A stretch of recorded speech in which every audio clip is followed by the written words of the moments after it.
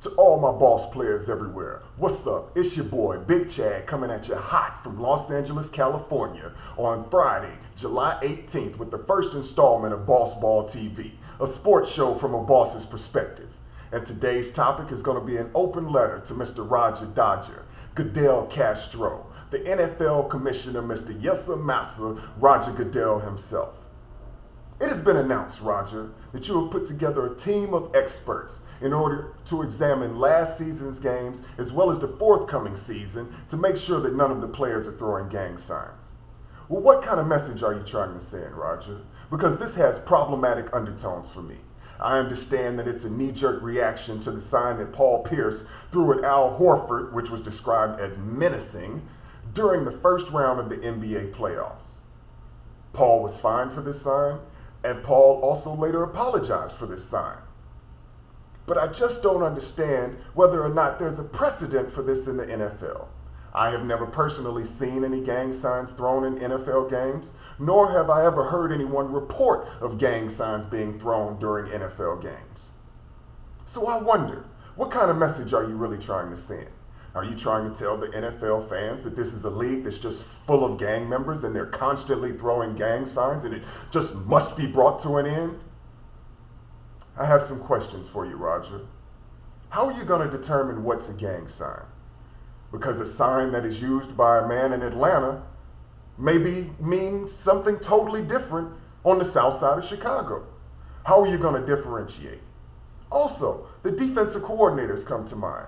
They constantly use hand gestures in order to determine which personnel package they want on the field or which scheme to use for this particular play. Are you going to regulate the defensive coordinator's hand gestures? I seriously doubt it, Roger. And how are you going to determine what is a gang? Let's say, for instance, a high school player on a team from Tuscaloosa, Alabama, has come up with a hand sign that represents solidarity amongst his teammates and his core. Well, let's just say that this same sign means or is representative of a gang from Little Rock, Arkansas. Are you now going to punish the player from Tuscaloosa, Alabama, simply because he formed his fingers into a sign that means something in Little Rock that he never intended for it to mean in the first place? That worries me, Roger.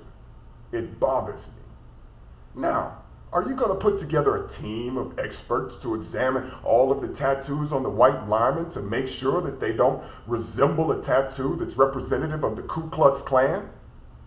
I doubt it. Are you really going to put together a team of experts to examine the neckwear and the beads on all of the Samoan players?